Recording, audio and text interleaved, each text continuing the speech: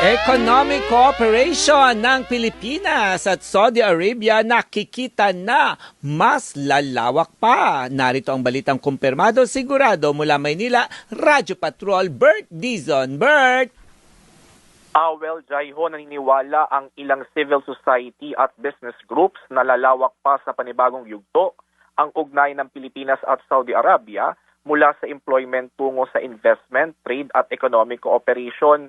Ayon kay Dr. Jose Antonio Goita, Chairman Emeritus ng Alyansa ng Bantay sa Kapayapaan at Demokrasya, People's Alliance for Democracy and Reforms at Liga Independencia Pilipinas, ang matagal ng tiwalang nabuo dahil sa mga overseas Filipino workers sa Saudi Arabia ang naging pundasyon ng mas malawak na kooperasyon sa ilalim ng Vision 2030 program ng Saudi Arabia. Sinabi ni Goitia na malaki ang maiambag ng Pilipinas hindi lamang sa larangan ng employment, kundi pati sa negosyo, edukasyon, agribusiness, healthcare, renewable energy at mga makabagong teknolohiya.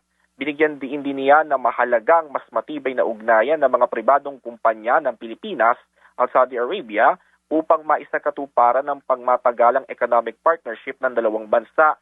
Samantala, nakatakdang buksan ng Saudi Aramco ang kauna-unahan nitong branded gasoline station sa Pilipinas sa July 16 matapos makuha ang 25% ownership ng isang petroleum company sa bansa noong nakaraang taon. Natili rin ng Saudi Arabia bilang pangunahing destinasyon ng mga OFW kung saan tinatayang nasa halos kalahating milyon hanggang 1 milyong Pilipino ang naninirahan at nagtatrabaho sa Saudi Arabia. At yan ang balitang kumpirmado. Sigurado ito ang Radyo Patrol. Bert Dizon, DZFM.